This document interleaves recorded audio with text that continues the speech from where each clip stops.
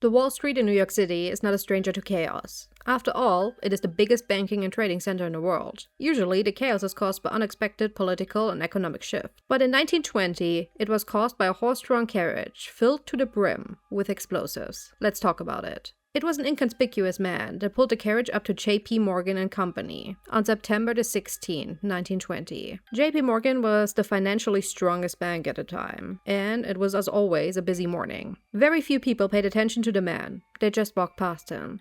What they didn't know was that he had stored over 110 pounds of TNT in the carriage. On top of it, he had placed over 500 pounds of heavy metal parts like pipes and nails. He left the carriage right next to the front door and went away. The clock on the close-by church struck 12 p.m. when the TNT exploded, and the Wall Street was reduced to rubble and ash. The scene was chaotic. Several hurt people were stumbling around in the dust cloud. The metal pieces hadn't just pierced people's skin, they had ripped entire limbs off. The people closest to the explosion were ripped apart. 30 dead bodies were laying on Wall Street, most of them missing half their body. 2,000 police officers, doctors, and nurses from the Red Cross rushed to the scene. Survivors later described it as a war zone. The explosion hadn't just ripped people apart. Entire buildings were crumbling, including the outside of the J.P. Morgan Bank. Thousands of windows had burst, and the glass had flown everywhere, injuring even more people. The pressure on the police was of course immense.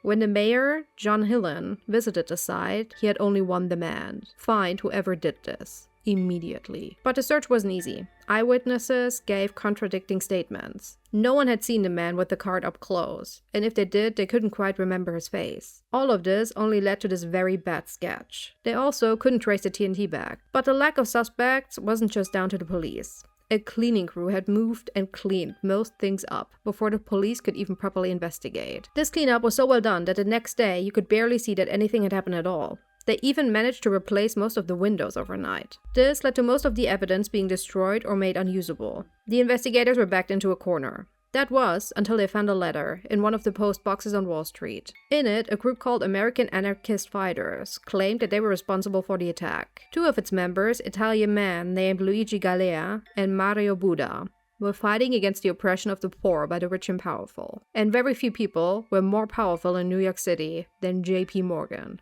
It is believed till today that it was Mario Buda who pulled the carriage up to the bank that day. But he was never charged, or even questioned. He fled back to Italy, where he worked as a cobbler. His nephew later claimed that he had confessed to him in 1955. Whatever the group wanted to achieve, they didn't. All they did was kill 30 people, and not a single one of them was wealthy or powerful. And countless others were severely injured. J.P. Morgan, the likely target that day, hadn't even been in town, and his bank had been the least damaged building on the street.